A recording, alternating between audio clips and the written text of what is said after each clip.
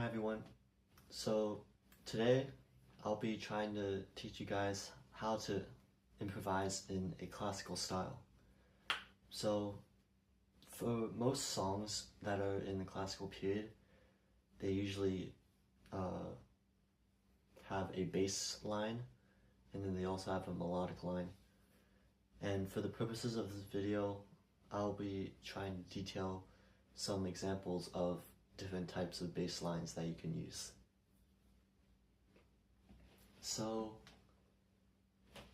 for most songs, they have a melodic line and then they have a bass line.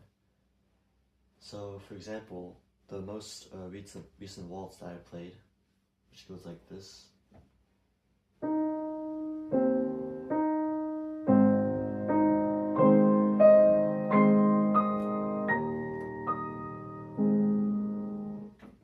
Yeah, it goes something like that.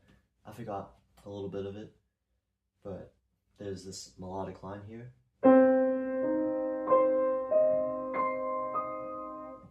And then there's the bass line.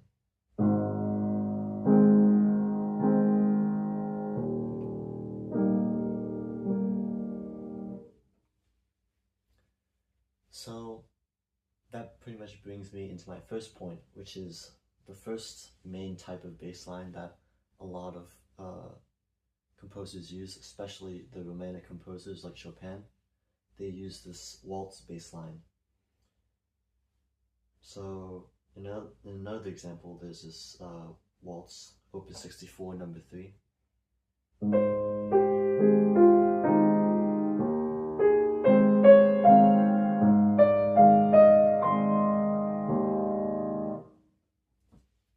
Whereas pretty much this characteristic is that there's this bass note followed by 2 chords.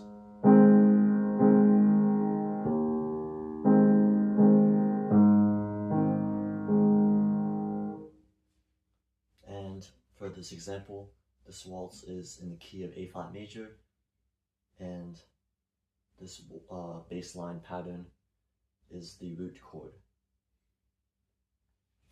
So the next type of bass line I would like to cover is the march bass line. So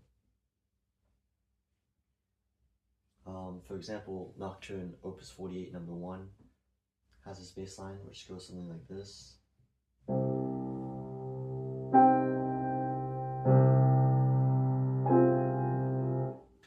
I haven't played this nocturne before, but it's basically characterized like a bass note and then a chord towards the middle register of the piano. And you can also see this pattern in a Nocturne Opus 62 number 2 by Chopin. I don't know how that goes exactly, but it follows that same pattern. And for the third type of bass line, there's the broken chord bass line. So, for example, Mozart uses this bass line very often. For example, in his sonata K545.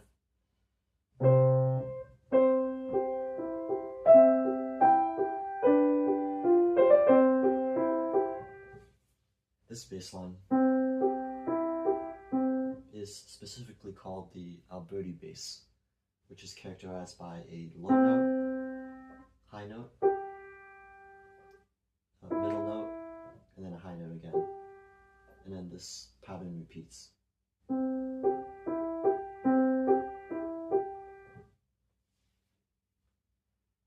And then another common pattern is the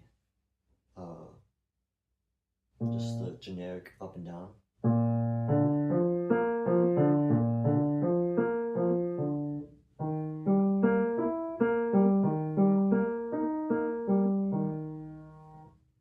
So, a famous example of that is Chopin's First Ballade.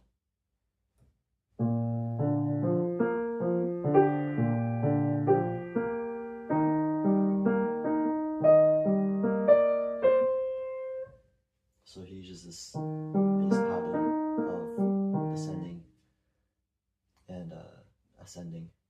passages. And then another example, which is sort of a variation as well, is in Chopin's Third Sonata.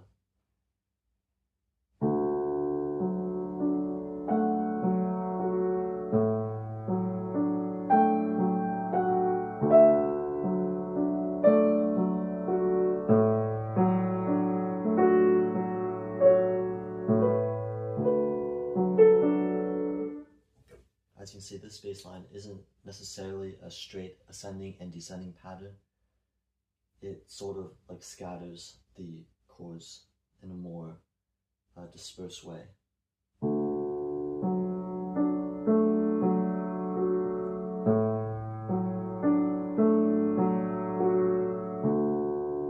So instead of this,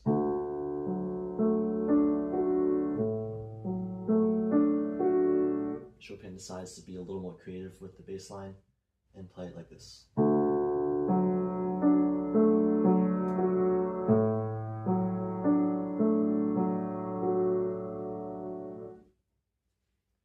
So yeah, the reason why I decided to talk about the bass line first is that I believe it is the foundation of music, and that's where the improvisation centers itself upon.